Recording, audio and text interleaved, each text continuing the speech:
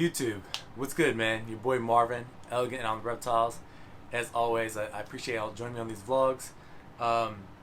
Man, it has been an interesting week in the ball python world, to say the least, man.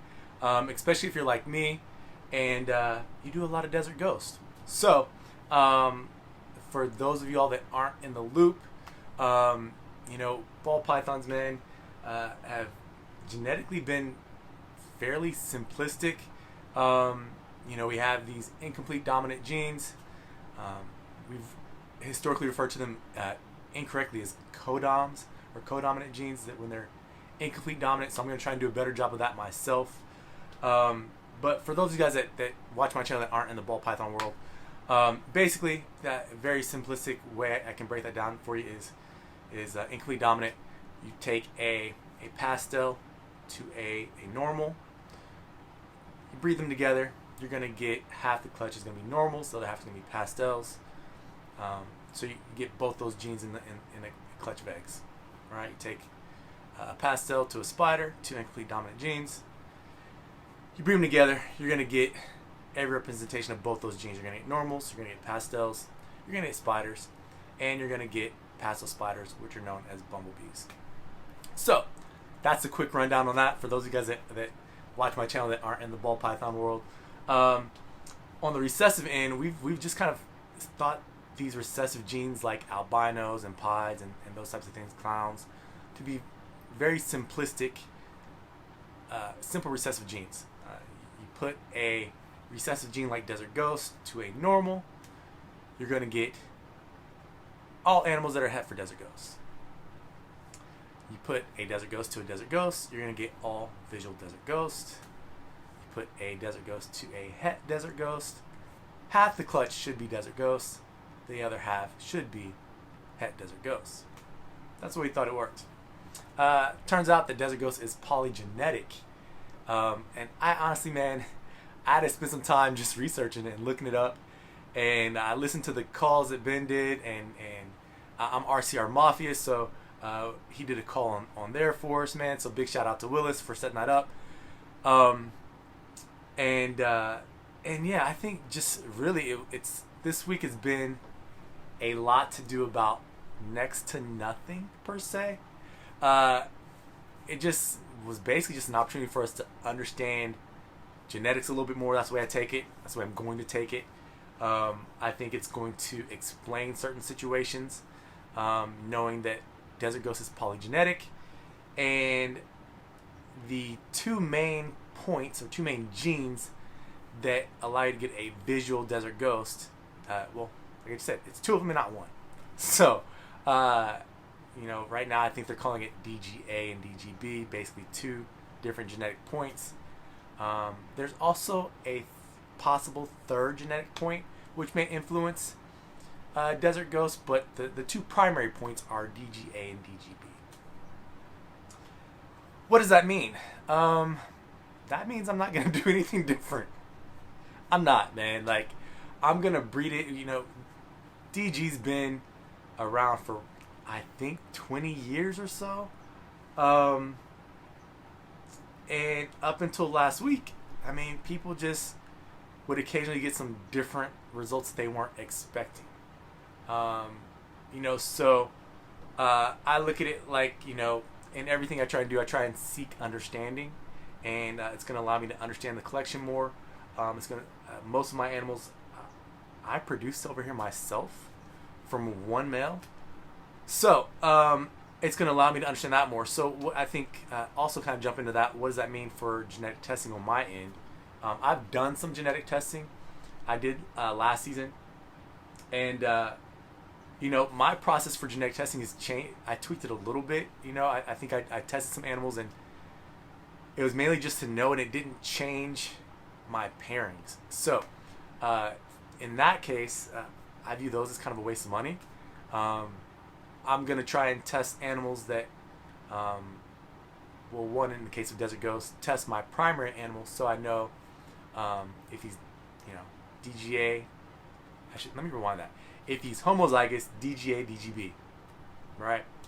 Or if he's homozygous, DGA, het, DGB, or homozygous DGB, het DGA. I know that sounds really confusing, but it's just me trying to understand it and know that it works somewhat like somewhat like, as Summer from Canova put it, somewhat like a double recessive, like a clown pie. Speaking of clown pies, hang on a second.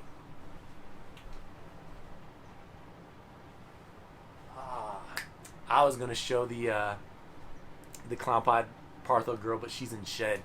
So it works kind of like that, right? But back to the genetic testing thing. So for me, that's gonna help me understand the collection, what my hets possibly are. Been on a couple of on the RCR call, and then I messaged him privately.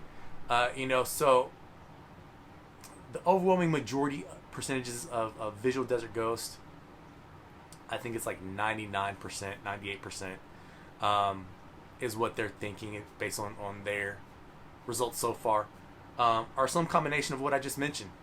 So in regards to the DGA, DGB stuff, homozygous, heterozygous, and those combinations.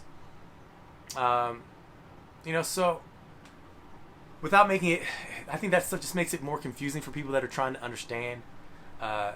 Once again, I'm going to breed it like normal. I'm going to get my meld tested. That way I understand what my heads are. And if I need to do something different on that end to help up the odds. I think that's really, at the end of the day, like what it's more about is trying to up the odds of making visual desert ghosts, in particular when you're doing these double and triple and quad recessive projects. And just trying to understand that sometimes when you do these visual DG to DG pairings, occasionally you're going to get an animal that pops out that doesn't even look desert ghost, but it tests desert ghost. And those things are just going to happen. So I'm not selling all my DGs. A little clickbaitish on the title there, but yeah, not gonna do that. I'm gonna keep moving over here. So there's that on the DG end. I want to jump into and show you guys a quick clutch here. Before I do that, man, I gotta shout out. I am hardcore repping AZ today. I'm gonna flip my lid around. State 48, repping the homie Joel. Sorry, I'm gonna turn you backwards so everybody can see me. See this handsome mug of mine. And then the homie Matt Yates, fellow Nebraska transplant to AZ like myself. So shout those guys out here real quick. Let's jump into this clutch. Interesting clutch. My first clown clutch of the season. Trying to make some better clown stuff, mainly to get into my DG stuff, my DG clown project.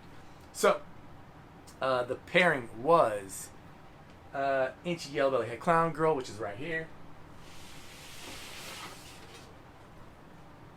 There she is. She was paired to a gravel het clown. I'm trying to hit some highway clowns, so let's check it out. Okay, so this is a het clown to het clown pairing. So we're gonna start here with the least genetically appealing. Here we have a pair of 66% posset clowns. So there those are the normals. So next up here we have a female. This is a gravel or yellow belly. And once again, this is a het pairing. So these are all 66% posset clown. There's that. She's being a little shy there, doing her ball python thing. There's the face, head. I am iffy on this one. I know some people out there that will tell you they can tell yellow belly from gravel or asphalt, and I just think it's too hard. If I had to guess, I'm gonna say this is gonna be yellow belly. More flaming. Hang on a second here. Up there, kind of orangish colored. And I get these kind of window things on my gravels, I call them. I'm not seeing that. So we're gonna get her tested, or we'll just sell her as a gravel or yellow belly. Okay, so next up here we have a male Inchy gravel or yellow belly. Show his belly off there a little bit.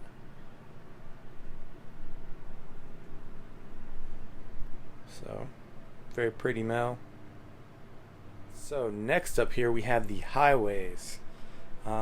Really liking these. Just a normal highway. That one's a female. So we can open her up here a little bit. Hard doing this with one hand. There we go. There she is. The male is my first Mardi Gras I've ever hatched out. Love the color difference that just what Inchy adds to that. All the oranges coming through there, man, really nice. But the Mardi Gras here, this one, that's the male. Regular highway, that's female. So both 66% posset clown.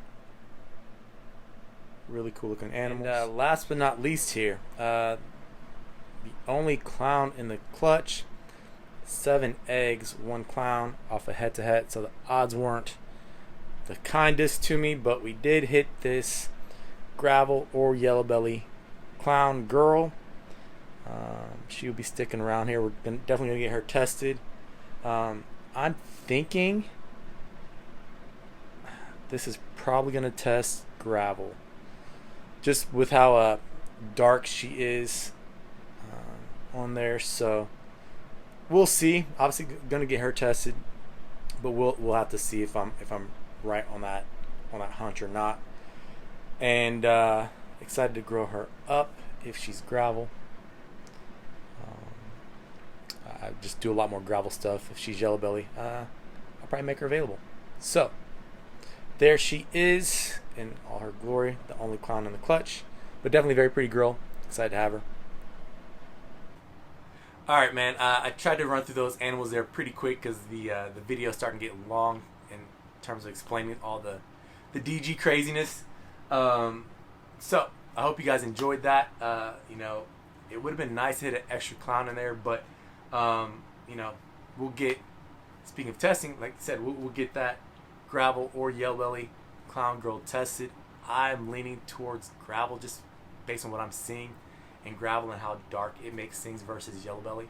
But she's gonna get tested. She's gonna stick around here until we figure that out. So there's that. If you guys haven't done so on my other platforms, please do give your boy a follow. I'm on Facebook and Instagram at Elegant Anomaly Reptiles. If you're following me, you would have known that I posted a couple of those animals here already on my IG, so I do post a lot of stuff over there first. If you haven't done so on the channel, please do hit that subscribe button. Please like, share the video, turn your post notifications on so when I drop a video you guys are all aware of that, so you can jump over and watch your boy. So without any further I guess time wasting on here, I gotta get to you know, cleaning over here, fresh waters, all that good stuff today, and spend a little bit of time with my little guy. So before I get out of here, I do want to wish all the fathers out there happy Father's Day. I hope y'all enjoyed your day. I had a good time with my little dude yesterday. Always good hanging out with him, man. So until next time, I guess no matter when you're watching this video, whether it's day or night, I hope you're having a blessed, fantastic day. You too. You guys be easy. Until next time.